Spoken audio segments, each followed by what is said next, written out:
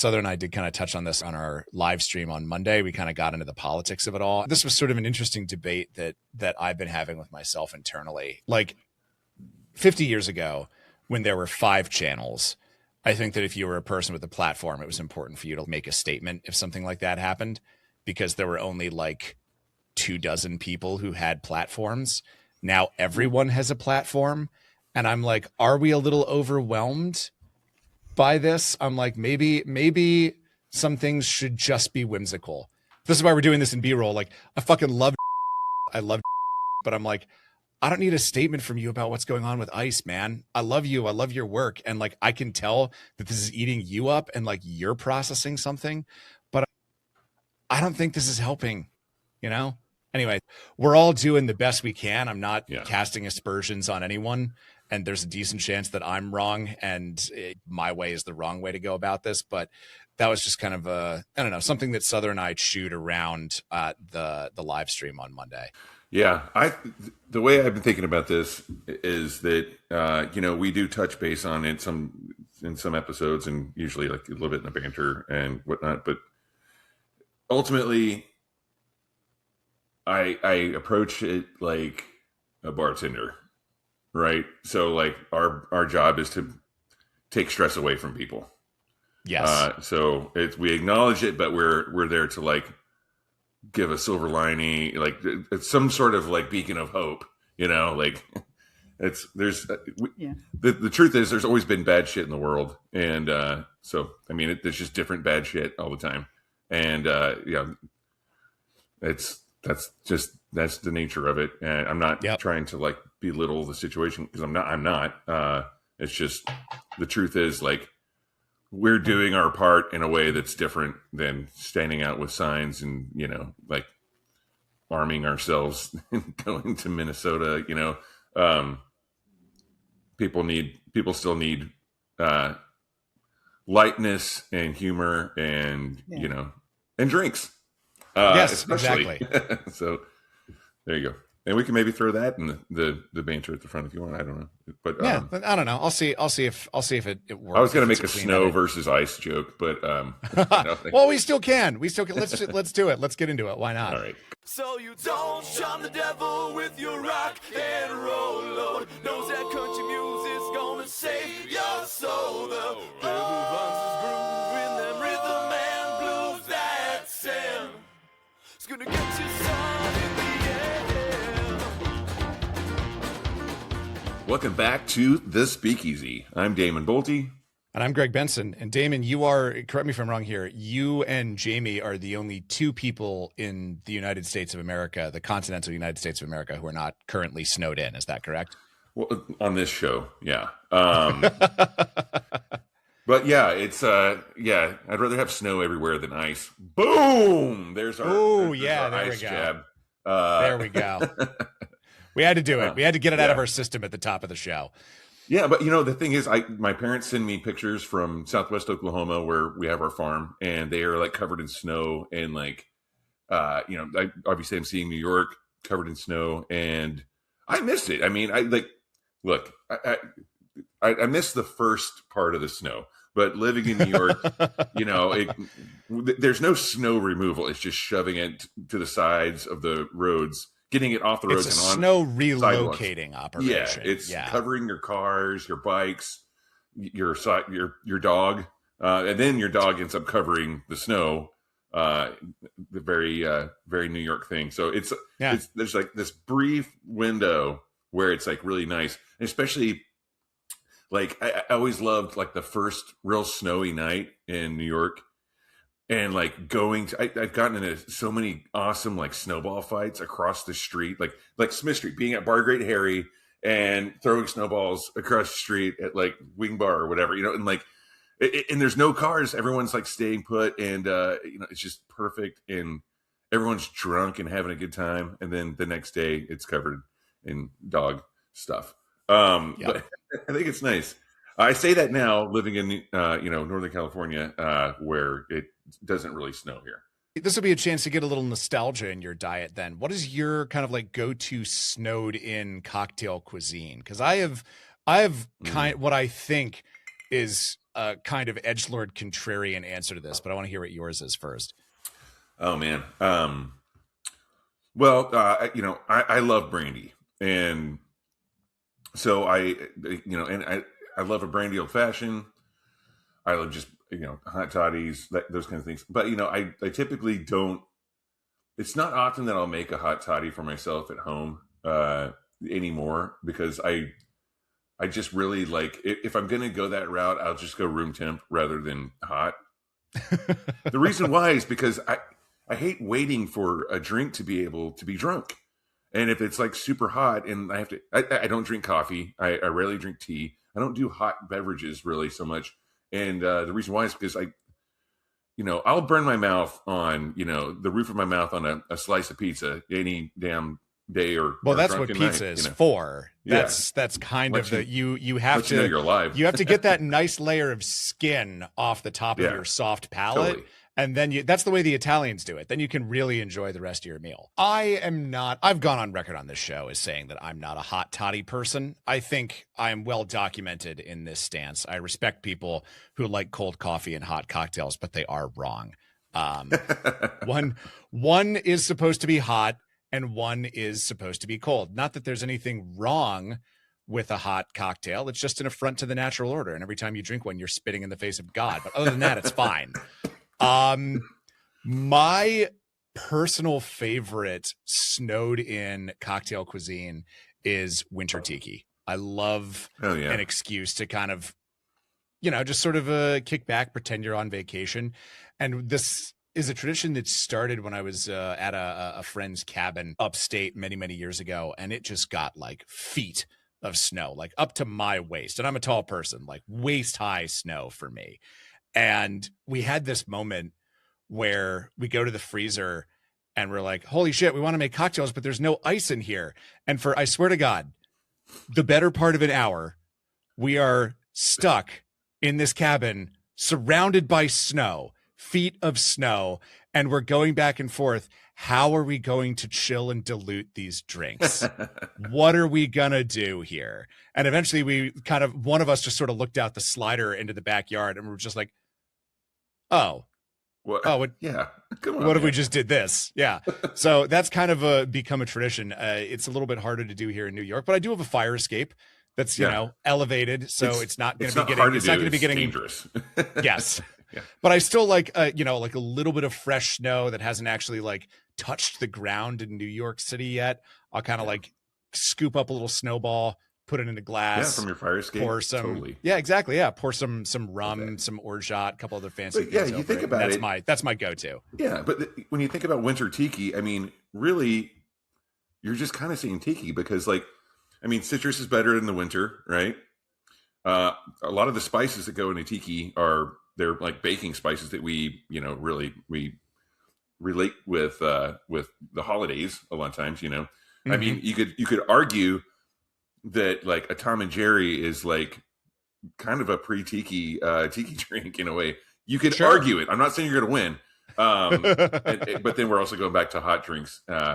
But yeah, I like a lot of the flavors that come from tiki. We equate them with like being on a beach and summertime on a tropical island, but they really are like kind of products of kind of like the winter agriculture and like anyway, but I think they work all the time, but I love that. That's great. Well, and also, I mean, the whole point of tiki is it's fantasy. It's a fantasy escape, right? Like it's combining all these different cultures from the Caribbean and the South Pacific and Southeast Asia that like, mashing it up into this white American middle class version of like what paradise is. So it's a facsimile. It's a portmanteau of something that never existed. And I don't want to, I can sit on an actual beach and indulge in this fantasy, but I'm already at the beach. Why would I do that? It's so much nicer to be like, what, if I'm going to escape into this sort of imagined fantasy warm paradise, I might as well do it while it's snowy outside. And speaking of places that are warm and tropical, we have a guest from our neighbor to the north here. She is the founder of Northern Rose Selections, which is an importer of Canadian spirits and Canadian wines. We've got Kristin Rose Pike. Thank you so much for joining us, Kristin. It's great to have you. Welcome to the show. Thank you, Greg. Thank you, Damon. Pleasure to be here. Yeah, thanks for being here. I'm really excited to talk about this stuff, and there's like quite a few bottles in front of me, which always excites me. But I'm glad they arrived. They did, and especially this time of year, none of them broke. So that's a plus. Well, I wanted to ask you about this. Because a lot of folks we have on the show send us samples, and we're very grateful for that. I love that I have a job where sometimes free booze just shows up at my apartment unexpected. Right. That's a really nice perk of doing this podcast.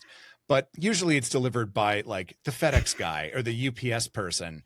And Kristin, you warned me that there was a delivery coming, and you texted me, hey, it got left by the mailbox. And it was just a semi-closed cardboard box with 5 different bottles in it. Did you personally come all the way down to Bay Ridge and just like leave that in my mailroom? 100%. Yeah. Well, follow-up question then. Why didn't you text me? We could have hung out. You could have come up. Well, you didn't have to just like... Did I miss it? Oh, oops. Well, that's on me then. Oh, dang it. I just want to see what was going down in Bay Ridge. I've never been to Bay Ridge before. Oh, it's New York's coolest neighborhood of 2029, baby. Yeah, there you go. I like your building. I mean, people are really friendly. They let me in the door. It's good. No, it's beautiful. Yeah, it's over 100 years old. It's got a lot of character. Yes. I took some of your Amazon packages. It's great. You'll never miss those. It's fine. Yeah, it's true. You can keep them. But let's talk about the stuff that you dropped off. And first of all, let's start with why Canada? You yourself are from Newf. Is that how the locals abbreviate Newfoundland now? Well, nah, you'd say Newfoundland. I've never heard that. I don't like it, and we're going to strike that. Yeah. We'll fix that in post. I've heard, I don't know. I have a friend who's a serious dog breeder, and they refer to the dog breed as Noofs. So I was wondering if it translated, but apparently it doesn't. And now I know that. But you were from Newfoundland, which I imagine is sort of a personal impetus for starting this company. But correct. I want to ask a little bit about the market niche. Yeah. What did you see that told you that not only was, hey, this is something that I have a personal connection to, but I think the U.S. market is ready for the Canadian invasion. Yeah. I think, you touched on it, right? This is me bringing a bit of my heritage to the American market. But this has been, the start of this has been a passion project right from the beginning. And I brought this in, I started bringing in a particular gin is where we got started. And I kind of, I did a little bit of, testing of that, right? I brought some gin around to different, bars and bartenders that I was friends with to kind of see, hey, what do you think of this? Because I can tell you right now, this is something special, right? And I'm romantic about spirits. I think they should take you on a bit of a journey. And this one certainly does. And I thought to myself, well, you know what? This is a place I think that's a really unique part of the world that not everybody knows about. And the more I kept talking about it, the more people I would meet, the more fundy gin martinis had with friends and people in the industry, kind of started to prove my point. So I took a pretty big risk when I decided that I was going to go after this. And I'm happy to share kind of the founding story of how it all began and more details. But that's kind of where it got started and why I think I think the market, and to answer your question about the market, I mean, I've been just so excited and humbled to see like just how, I only know the New York City and upstate New York, downstate market. Nice. But just to see the embrace of the products in some of these incredible cocktail bars, and the diversity within the cocktail program has just been mind blowing. And it's it thrills me and keeps me excited to keep doing this. Well, let's get into a little bit of that, because you also wanted to talk about the fact that this is something that I think we need to acknowledge, is that the spirits industry and like the bar industry is still like a very male dominated space. And for you as a woman, particularly as a queer woman, what have been some of the places where the industry that can improve maybe that you've seen in your work building out Northern Rose selections? Yeah. I think, It's a great question. I think, for example, we don't see enough women producers. Sure. I think, and I think we love to highlight that in a way that I think it's wonderful. We absolutely should highlight when it's women produced. But I hate it when it becomes kind of this coined term versus we should just be producers. There should be more, right? And there should be more queer producers, and there should be more, everyone, right? So I think it's more just from the production side. I think we'd like to see more. I mean, I know the question was more around like sort of what barriers I've personally had. And I think people have embraced, a queer woman in New York. But I also haven't expanded to some of these other states where I am a bit concerned about kind of, what that's going to look like. And the reception in certain areas of this country, I'll be honest. So, yeah. Is that the plan? Is expansion what's coming next for Northern Rose Spirits? Or sorry, Northern Rose Selections? I know. I started with spirits and then had to switch over to selections when we brought in some wine. Made the crazy idea to bring in some wine. I don't know. But it is, yeah, definitely. Cool. I'd like to get our products out into different markets. We just brought some into California, so Damon, Cool. Excited. I was just out in Los Angeles and Joshua Tree and doing some fun things out there. So, well, yeah, that's where you do fun things in Joshua Tree. That's for sure. Oh yeah, yeah, a lot of fun things. Yeah, a lot of fun things. Okay. So something I think. Some of the moose meat that we wanted to get into this conversation is also let's discuss the terroir of Canada, because there's a lot of Canada out there, right? It's not a small place. I wish more people had globes in their homes like they used to. Like everyone had a piano, agree, and a globe, totally, and just kind of spin it and put your finger on it and like, let's go there. Like, what happens to Croatia? 100%. I don't know. Just well, and I mean, the thing is, because Canada is so big, the odds that you would land on Canada are relatively large. Yeah, exactly. I think, what is it? The second largest country in the world. Yeah. Exactly. Yeah. Stupid Russia. So yeah, let's talk about like what makes Canada. Yeah, and what makes the terroir of these spirits distinct? Sure. Oh gosh, I could talk about this all day. But Damon, you wanted to talk about the wine first, right? Like, let's get into it, and then we'll circle back to the spirits wines. Because yeah. Cool climate wines. Cool climate wines never broke my heart. Super cool. That's it's a quote from our producer from Famille Mignerons. So.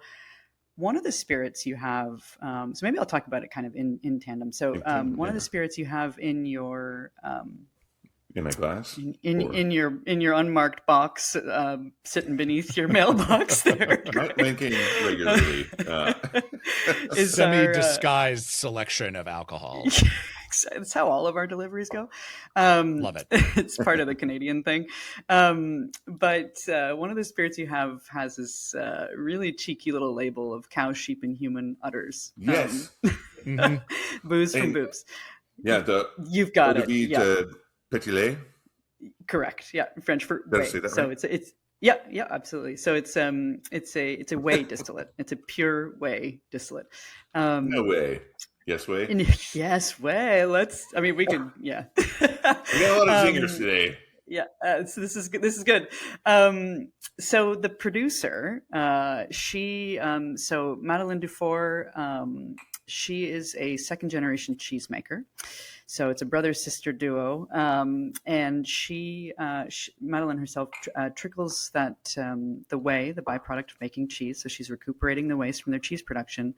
She ferments it and she triple distills it, and makes that fucking beautiful spirit that you're pouring in your glass. It's so good. Like this one, good. Out of all the 5 bottles that I've gotten from you, is like the most intriguing. Like a guy that I've been working with out here in California. He and I are both like big guitar and classic car nerds, and we're also big foodies. And and he makes his own cheese. He makes a lot of different types of cheese. And I was talking with him this morning, and I was like, I've got this person on the show today, and I've got a product that I want to bring to you because I think you're going to dig it. And it's this. And I mean, just on the nose, it's like, I know. It's like this kind of milky, chocolatey, kind of like it's got like this lactic kind of For vibes, sure. obviously. But I don't think I've ever had anything like this before. I can't say that I have. And, that's the best reaction. Yeah. And I've had a lot of that's weird what we're shit. going for. Yeah. I was going to say, I think we're in good company. Yeah. So, that spirit, right? I mean, it's just, as you just, as we just witnessed, right, is just so honest and interesting and unique, and quite literally the definition of sustainability in spirits, which hopefully we'll get a chance to talk a little bit about. But she also, her father planted. She's a winemaker, right? She's a winemaker. Her father planted hybrid grapes in 2009, hybrid Muscat, and they've grown the production since. And so I started with her Way Eau de Vie, and she invited me up a couple of years ago, for harvest in October. Yeah. So, and it was just a magical experience. It was just so honest. Here I'm hand harvesting, she's hand harvesting, all of these, group of just, volunteers or friends or family members, wherever. Family being also her father still continues to come down and hand harvest the grapes with everyone. And, she just makes this stunning wine. And so I don't fancy myself a wine person by any means. And I'm certainly no sommelier, but I know what I like, and I know kind of what I've experienced firsthand. And I said, yeah, sure. Let's bring this in. We're on only a small amount, right? It's very, very specific for places that kind of, really fall in love with the way and the story behind, this beautiful family in Quebec. Where this is happening, this is all, and you'd mentioned kind of the geography of Canada. This is happening in Charlevoix, Quebec, which is about an hour, let's say, north of Quebec City. So, we're talking 5 hours or so north of Montreal. So pretty far north, on the St. Lawrence River, which you'd also mentioned. I think you'd mentioned the St. Lawrence River, really important waterway, goes from the Gulf of the St. Lawrence, so the Atlantic, all the way to our Great Lakes. And they're on this region where, it's essentially going from kind of saltwater to freshwater, and it's an old meteorite site. So when you're harvesting, you're looking at it's exactly. Yeah. So, what a production, and what a beautiful, I'm wishing I sent you some wine to have, and I will after this, but just a really beautiful product. So that's kind of how we started bringing in wine. And so I kind of got really intrigued with, hey, what are Canadians doing now with wine, right? And climate change is on our side, and for better or worse, even though it doesn't feel like it right now. But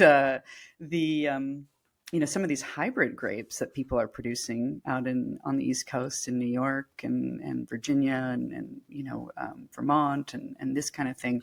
A lot of people like this family, like her father started that in 2009, and really just experimenting and pioneering this sort of thing. So, I kind of started exploring all of that and kind of what's going on in Canada and what kind of wine we're growing. And turns out we've got lots of grape growing regions, and have been historically. It's just, kind of have this new cough of producers that are doing things a little more lower intervention and trying to figure out like, hey, what does, the Beamsville bench produce for, a Semillon or a Sauv Blanc? Like, what does that taste like, instead of trying to recreate something that, we're not in Bordeaux, guys, right?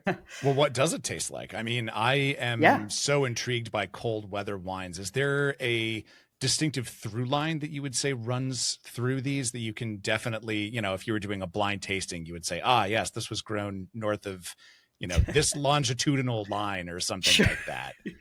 I mean, we've got, think of the latitudinal. Yeah, there you go. I couldn't remember. I guessed wrong, but we got there. We fixed it. We'll fix it in post. Short growing seasons, high acid. Yeah, that's what I would say, right? So that reminds me of Joshua Tree. Yeah. So, High well, acid. Never mind. Sorry. We'll fix that in post as well. Anyway. yeah. Joshua Tree. Oh gosh. Yeah. Oh yeah. But yeah, I would say high acid, right? Lovely acidity when done well. And like all of my products, even in the spirits, you'll notice I've got a saltiness going on here. There's a saltiness happening across the whole portfolio. So even that strawberry rhubarb moonshine, we got a saltiness. Jamie and I, my wife and I were talking about that the other night, Monday night. We were tasting through everything, and she's like, this is not what I was expecting from Canadian anything. And I was like, what do you mean? I think it's the lower ABV. We're just complete assholes here in the United States. Everything's got to be like super overproofed. And I would imagine it's kind of the opposite with these wines. I imagine that there isn't a lot of room for error on something like that when you have such a short growing season. Mm-hmm. You got it. Yeah. And then, I mean, I think what you were, Damon, where you were going with the spirits, that strawberry rhubarb moonshine in particular, the producers themselves, they're in Annapolis Royal, Nova Scotia, and it's on the Bay of Fundy, which is very famous for its highest. This is the highest tide in the world. So those tides go in and out approximately, let's call it 60 feet every 6 hours. So it's very powerful. It's, I know not everybody knows that. And that's part of the fun of the spirits too, right? Doing tastings with people. I'm like, kind of like, really? I'm like, yep, you should go visit. You can walk on the sea floor. Wow. But it's because they have access to the sea floor, they hand harvest dulse. So that's one of the main botanicals to the gin that you have there. But back to the sort of strawberry rhubarb moonshine piece, it's the same producers. They're in Annapolis Royal, so still fired distilleries. They were underwater welders, and so they used to build ships in the Halifax Pier. So, fun fact, I think it's one of the most dangerous jobs you can have. So, pretty badass guys. And they built their own stills. Yeah, exactly. They needed to make That's moonshine. like the craziest. That is like totally one of the craziest jobs in the world. Underwater welding is just insane to me. I just don't understand. For sure. It doesn't make any sense to me at all. But it does make perfect sense that they would also be moonshiners on the side. Yeah, that's totally. the only part that makes sense to me. Totally. Yeah. That's so they cool. they make a full line of moonshines, and this one that you're having in front of you right now in particular, they're taking their unaged corn whiskey. So these guys are they're distilling their own grain, so they're distilling local corn, and they proof it down to 20% with fresh pressed strawberry and rhubarb juice. So this is, not something that we're adding a bunch of sugars and stabilizers like many producers probably would, with a liqueur type thing. But these guys are moonshiners, so they make a really honest product. So that's probably what you're tasting, right? Is just, hey, I'm making something for myself. Well, what I tasted was very, very fresh. Like you said, it didn't taste like a strawberry rhubarb preserve. Even it tasted like, this is it brought me back to like the strawberry rhubarb pies that my grandma would make from strawberry rhubarb that was in the ground earlier that day. Exactly. Yeah. And I'm glad you brought up the gin too, because this ties together into something that was a thread that ran through these spirits that very much surprised me, because you're talking about the northern parts of Canada. You said it was the iceberg capital of the world. You kind of can walk on the sea floor, and I was expecting something very grumpy. I was expecting something that was like very salty, had like a lot of umami, kind of like a kelp flavor on there. But both of these spirits are very sprightly. The gin in particular, totally. I almost was like, I could throw this into drinks where I like an Old Tom and I would enjoy it because Absolutely. It has such a lightness on its feet. And that surprised me. But it sounds like that's a perfect reflection of the place where it's made. Completely. Yeah. I think, when you're talking about being in a place that is so rustic, you're so connected to your ecosystem, right? You're so connected to the sea. And sure, it's people are salty and all that, kind of the picture we're painting, but there's also an elegance to that, right? And I think that comes through in the products, and I hope that's what you're kind of picking up on, right? I was expecting this to be very, very like heavy seaweedy, but there's a lightness to it again that I think is really interesting. With the fundy. Yeah, absolutely. Yeah. I mean, they wanted to balance the umami with a little more sweet juniper and some earthy botanicals. So you got a little cardamom and coriander, a little bit of licorice and rosemary. So earthy, salty sweetness. It's delightful. Going to sweetness. I mean, I just poured some of the amaretto. Hell yeah. I've been a closet amaretto fan for a long time. I don't think you've been that closeted, bud. I feel like I knew this about you. I do love amaretto, and this one's great. I feel like there's two more things that we haven't talked about, and it's the amaro or the amaretto and the marmalade aperitivo, which I've been enjoying off and on throughout this entire episode. But I just poured myself some amaretto. Why amaretto? Great question. So the producer, he's a French-Canadian, Italian, just lunatic named Mario D'Amico. And he makes a full line of Italian-inspired spirits in homage to his grandfather who immigrated from Italy to Montreal. You've probably both been to Montreal, I would imagine, right? Oh, yeah. Yeah. So Great city. Great fucking food scene. Mm-hmm. Also a great Italian food scene and Italian culture there. Which is another subject we could get into. Yeah, exactly. So he, this Italian line of spirits, we brought in the marmalade first, and it's a French plan where it's kind of bitter marmalade made with sea buckthorn and sweet gale. And what I like about this aperitivo in particular is I find a lot of them in the market have they're somewhat replicate. They can fall a little. They're somewhat linear. In this case, this one has an opinion. It's bringing you to a little more boreal forest notes. It's like adding a little bit of more mysterious notes to the standard. Greg, write that down somewhere. I like that. That was a great descriptor. This one has an opinion. But one thing that conspicuously wasn't in the box, and we touched on this earlier, is perhaps the spirit that Canada is best known for, which is whiskey.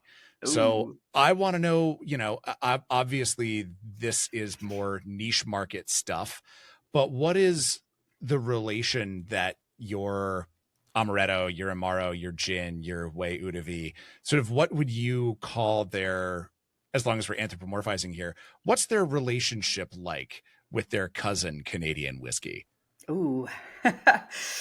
I mean, I think all of us, every single one of the producers and I have had a good glass of rye and said it's one of our favorite spirits. A lot. So one thing also, like I should touch on is the craft distilling in Canada kind of has been a little bit behind the US in a sense, right? So, and I think that trails with the craft distilling of whiskey. So legally, we have to keep our whiskey in barrel for 3 years before it can be,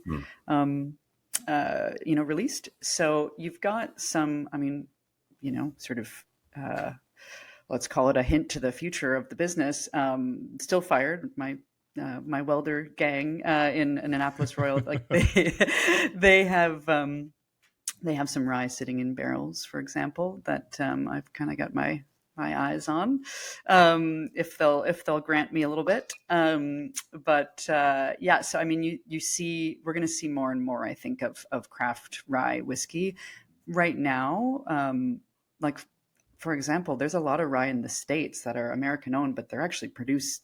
A lot of the rye is coming from Canada. Mm-hmm. So you both know, of course, this. So like, there's sort of that's been happening, and a little bit more sort of big brand, mass produced, that sort of thing. So as you identified, I'm not interested in that. I'm interested in niche things. And I don't think I got the chance to kind of wrap the sort of founding story. But when I first reached out to Still Fired, and part of the honesty that I hope is threading through the products is they said no to me. Like they wrote me, I still have the email. Andrew said, thank you, we're flattered, but we're not we're not even shipping across Canada. Like we're here making products for ourselves. We're good. Cool. And it wasn't until I, went bananas on WSETs and gin and every seaweed gin, every Canadian gin on the market, that sort of thing, that I flew out to the farmer's market and tapped him on the shoulder. And he's like, "You are fucking crazy, but I'll make you a pallet." So that's kind of how this business has operated from the beginning. So it's not this sort of like, "Hey, let's get into the market." It's, I'm trying to discover things as organically and as naturally as possible. So if that answers your question in a little bit of a long-winded tale. Well, no, it does. And I'm intrigued to know that there's potentially some Canadian whiskey coming in your profile. But what do you think the future of that spirit is here in the US? Because I've said this for a long time. Canadian whiskey is some of the most underrated spirits in the world. And this also kind of ties into the whole thing with Canadian wines as well. And I'm always interested in asking people this question when they're selling maybe kind of a non-traditional product, because no one who's a rep for a Kentucky bourbon has ever had to sell anyone on the concept of Kentucky bourbon. But I'm sure that if you're at, a local wine store doing a tasting and say, "Hi, would you like to try some wine from Northern Quebec?" people will go, "The fuck are you talking about?" So what is, I and this kind of relates back to the whiskey thing too, is I guess there is a level of persuasion and perception shifting that you probably need to do with some of these products. Am I right about that? 100%. Absolutely. Yeah. Again, no matter where you come from, I think, you're interested in that globe to some degree, right? And where things are coming from. And there is an intrigue around, what's going on north of the border. I think more and more we're in the news a bit more and more, right? At least our relations with each other, with Canada and America. But I think it's just would hope for. But yeah, well, do we want to talk about? That's why we're drinking. That's where we're going. Okay. But I think there's an educational aspect. I think which I'm personally, on a mission to do. I'm hand drawing my maps. I'm bringing, people on a little bit of a journey to where some of these products come from. And I think because maybe people haven't been, we're able to kind of persuade a little bit. It's just one heart, one mind after another, Greg and Damon. It's just one after Absolutely. another. And I think, we're very humbled, and I feel very privileged to work with some of these bars and restaurants in New York. And, I like to spend time with the staff and making sure that they understand where some of these things are being produced and why they're a little different from maybe what they see on the shelves. And I think people are intrigued, and they're taking to it. I want to get one last question in now that we're all friends. Yeah. Now that we all like each other, we have to ask the hard question about US-Canada relations. And also, I just want to point out, I hope the versions of us in the Hillary Clinton timeline are doing okay. I really hope they're just living their best lives, because we have to deal with aggression between the United States and Canada for some fucking reason. But a lot of ink has been spilt about how the market for American whiskeys in Canada is both drying up out of protest and kind of being strangled in an unforced error by our government. Now, granted, this was 18 outrages ago, so I'm not really sure if I'm getting the details right here off the top of my head, but wasn't all bourbon removed from the shelves of Ontario liquor stores Completely a little while ago? Yeah. Completely. Amazing. And remains. I love that. And remains. SAQ, all the different liquor stores. I have to check my facts on sort of which is huge. Provincial. Like in America, they'd be like the Bevmo kind of, but even bigger, I think. LCBO is the highest buying power maybe in the world. It's like because well, not in the world. Sorry, and let's call it the North America. Sure. We're let me correct myself. Might be the world. Might be the world. But it's state run, so provincial run, so Liquor Control Board of Ontario. So certain provinces have a private and public, but in many cases it's just one, and LCBO being that. So all of Ontario, and people underestimate the population, the size of Ontario. It's big. And SAQ for Quebec. It's completely off the shelves. People are missing their bourbon, I think, is my understanding. I think you still have Canadians that love American whiskey. I think you have Canadians that still love Americans, for that matter. But we still love you too. We absolutely love you. But this has been tricky. It's been really, really tricky. I'm just so happy to see the solidarity that's going on in Canada. It's kind of amazing. And I would like it if like Jim Beam didn't have to shutter one of its plants because that whole market dried up. But here we are. I mean, we could bootleg, the three of us. This is actually Yes. This is actually going to be a silver lining here, because I want to know, we were talking about like, how is Canadian whiskey going to kind of reclaim its glory days from prohibition? Could this be it? Is there now a hole in the market where Canadian whiskey is suddenly going to sprout up and enter the collective consciousness in a way it hasn't for, let's call it, the better part of a century? I believe it. Let's fucking do it. All right, I'm brushing up. You on heard my it here French first, right now. folks. I'm learning French from your labels, and we will we'll be there. And Next time, this whole episode will be in French. well, okay. So, but there's then there's like we madame. Oh my god, this has been so much fun. I especially love drinking in the morning. So this has been okay. So speaking of that, the final question of this show, because you are living in both upstate New York and downstate New York, as we coined on this show. You heard it here, folks. Absolutely. First, folks. Where are you drinking? Where are you drinking these days? Specifically, probably right now during this blizzard. Where and what are you drinking? I might go down to Dutch Kills. You're in Long Island City. Yep. And I think they're, continue to be masters of their craft, but also put out new and exciting things. Like, I'll give a little shout out to our cocktail that we have on the menu with the Whey Eau de Vie, a little cocktail called Hazy Memories with bourbon and whey and fresh pineapple, and it's outstanding. And then if I can say two, because we are moving to Greenpoint, back to Greenpoint after a long haul search. Frijoleros. That's I don't know if you've been there. It's newer, I've but seen things about it. Yeah, she Fabiola is one of the owners. Incredible human and cocktail creator. She introduced me to something I'd never heard of before, which is namche. So it's like to me it's like almost like an apricot and an olive had a baby, and it's a beautiful thing. What? It's a Mexican. You might know it, Damon. Yeah. I see you nodding. It's a Mexican fruit. And so she's using. She uses the Whey Eau de Vie in a cocktail with some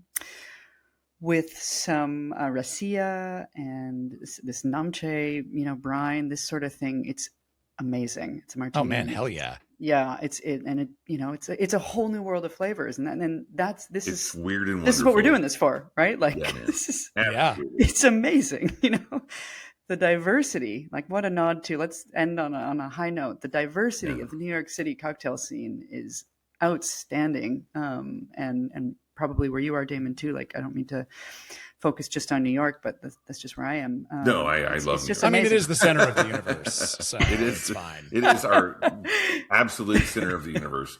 Kristin, this has been awesome. Thank you so much for fun. coming on the show today and hanging out with us. Oh, thank you so much for having me. I really appreciate it very much. If people wanted to find you, are you on any internet? Is there an internet where people can find you? There sure is. There's an at Northern Rose Selections. I'm on there. We're a small biz, but we're one heart, one mind, one Canadian whiskey at a time.